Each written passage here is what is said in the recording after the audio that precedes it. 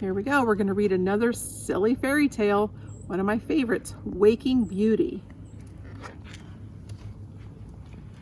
Once upon a Saturday, in search of dragons he could slay, Prince Charming heard a dreadful sound that shook the land for miles around.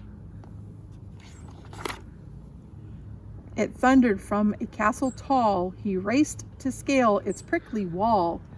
A dragon lies within, he cried, and hand on sword he crept inside.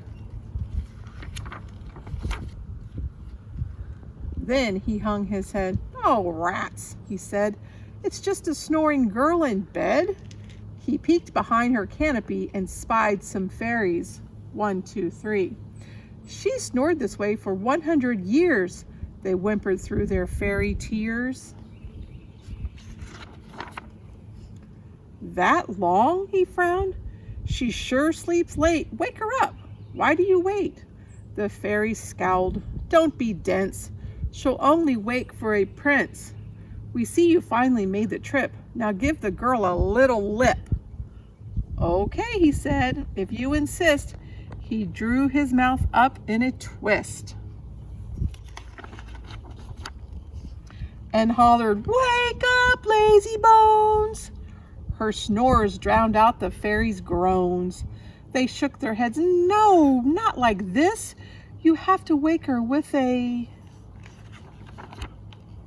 "Hey, I know," he tapped his head and started jumping on her bed. Beauty shot up, hoops and all, then sailed down like a parasol. This did not wake the maiden fair, but loosened the cobwebs in her hair. The fairies all began to hiss. "She'll only wake to true love's..." "Wait!" Prince Charming waved his hand. "Don't worry, girls, I understand."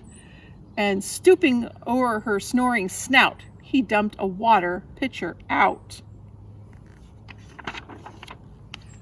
On she slept, she did not stir. Thick dust had turned to mud on her. The feisty fairies grabbed his ear, making certain he could hear. "Take careful aim, you must not miss. You have to wake her with a..." "Oh, I know what you were planning," Prince Charming spied. "A castle cannon." He stuffed the sleeping beauty in. She soon came shooting out again. Kaboom! She fell into the moat, where all of her hoops kept her afloat. Still on she snored, as frightened trout and crocodiles jumped right out. Prince Charming fished the girl ashore. The fairies yelled, "Enough! No more!" They fluttered round him, feeling frantic. "How can you be so unromantic? She won't have ever after bliss until you wake her with a kiss." The prince's knees began to shake. His noble heart began to quake. 100 years of morning breath? Wow, that could be a kiss of death. He poked her muddy, matted curls. "I've heard that there are germs on girls." He wiped her mouth clean with his shirt.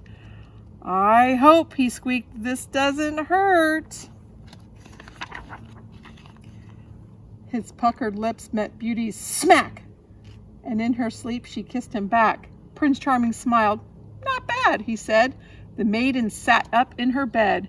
She stretched and yawned and rubbed her eyes. Then, much to everyone's surprise, she popped Prince Charming with her fist. "Who said that you could have a kiss?"